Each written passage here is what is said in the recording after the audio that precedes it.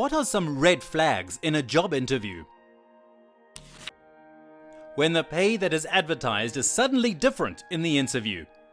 I had one company say that they still wanted to see more candidates for the job, but I could take a different job they had at lower pay to give them a little while longer to try and get the best person for the job.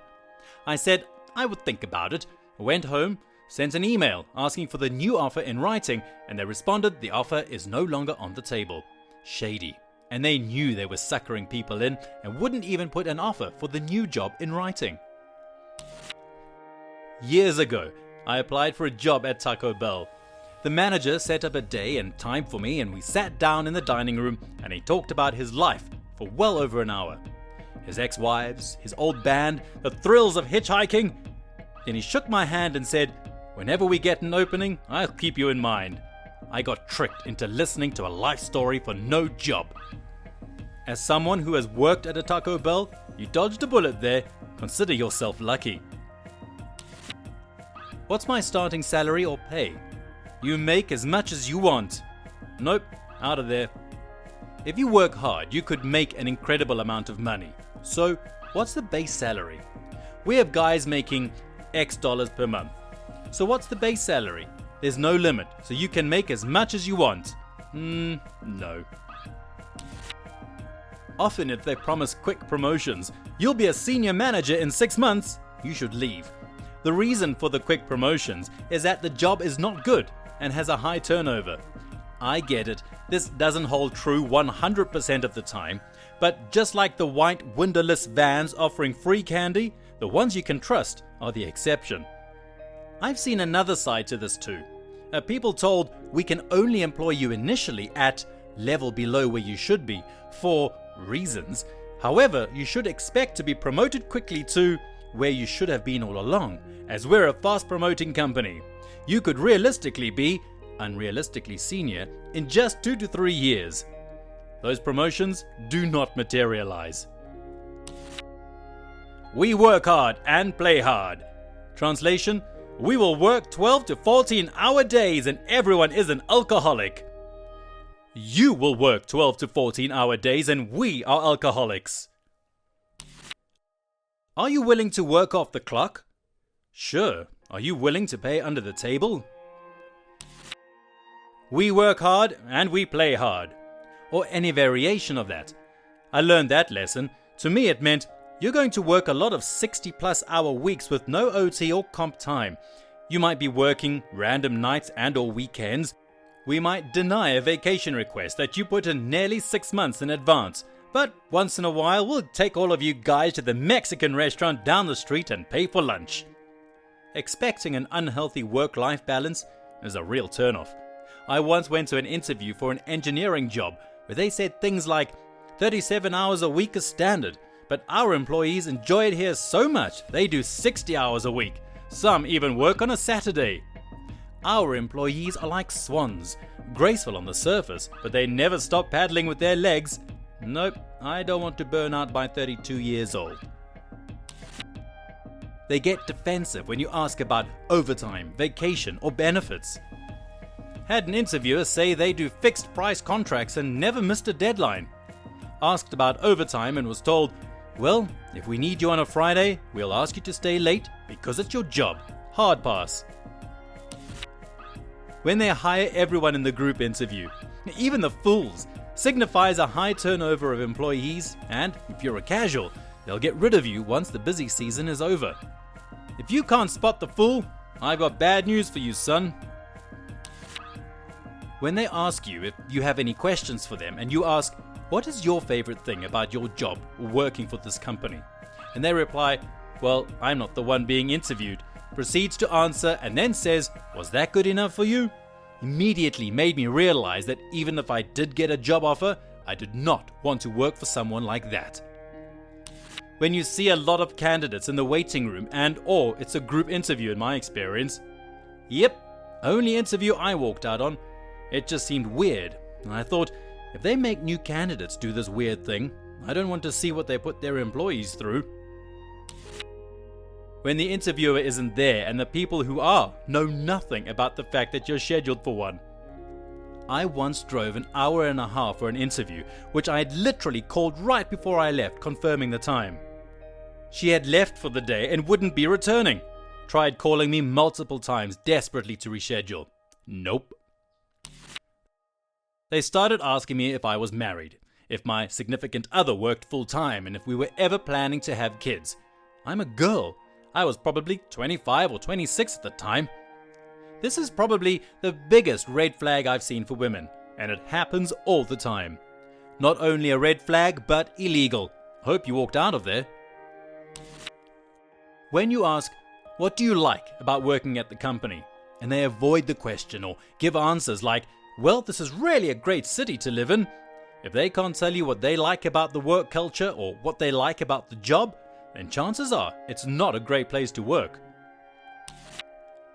Was going to interview for a company not too long ago. I asked the recruiter about vacation time. The response was that there was no official vacation time policy and that you basically just work it out with your team to make sure that there is coverage for client work. Ended that prospect pretty quick. There are examples where this works out well. It depends on the type of job it is, the kind of work the company does, and a variety of different factors. Personally, I would rather have vacation time that is on some accrual calculation that I'm guaranteed than a potentially empty and potentially unkeepable promise of unlimited time off.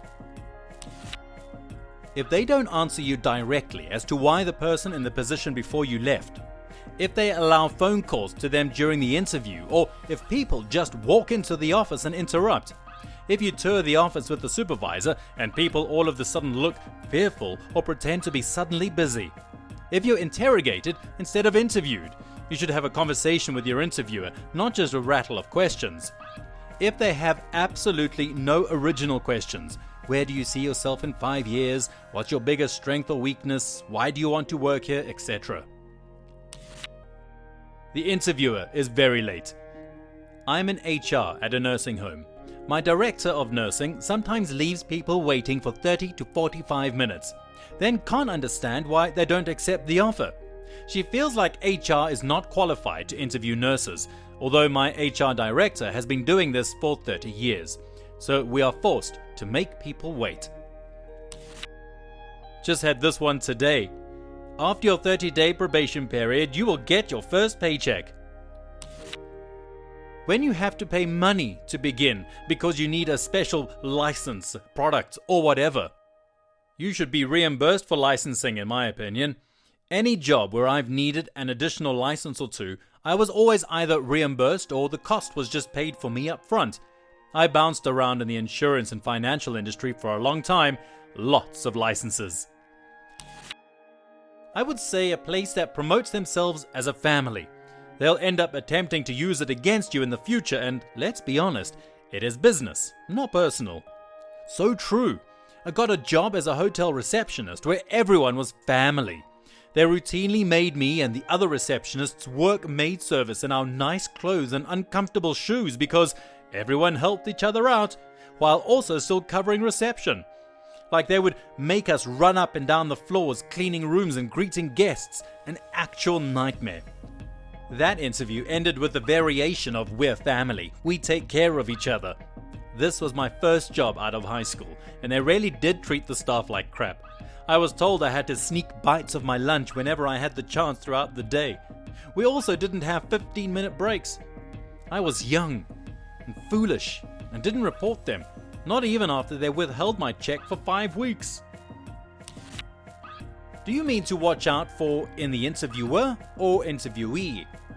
For the interviewer, getting agitated with you for asking fairly basic questions like what the culture is like, what they like about the place, what makes them successful in the role. It indicates that they either can't honestly answer those questions without getting negative, or that they won't view you as a team member. For the interviewee, overestimation of how important your skills are. I used to hire tech in Seattle. People right out of college would act like the hottest for knowing how to code. Entry-level coders are a dime a dozen in Seattle. Still worth hiring, but not with that attitude. I had a guy who hadn't had a coding job before give me a number for a desired salary that literally made me laugh out loud. I covered the phone to do it. Asked how he came to the number. It's what his cousin, a 5-year programmer at Google, was making. This job was for a local education company. You know nothing about the value of your skills if you would pay a year 1 programmer at a local company as a 5-year programmer at Freaks My Google. My boss used to do this high-level engineering management for IBM and told me how frustrating it was interviewing recent PhD grads. He said they often felt like the world owed them something, as if they felt their careers peaked the moment they achieved it. When they make you wait for an hour after the scheduled interview time before they talk with you. When they make you wait in the employee's break room where paint is peeling off the walls, the tables and chairs are beat to crap, and there's a hole in the wall. When they tell you to seem to be a good candidate to be hired, but oh wait, you need to take a computer personality test now. Sorry, you did great up until you failed the test. Hope you enjoyed that waste of 2+ hours. Good job, Kmart. How do you even fail that test? If you're honest enough to answer honestly, you should be able to pass with flying colors. If you're dishonest enough to game the test, it shouldn't be a problem. You'd either have to be an honest sociopath or so dishonest you can't keep your dishonesty consistent. A black faux leather couch.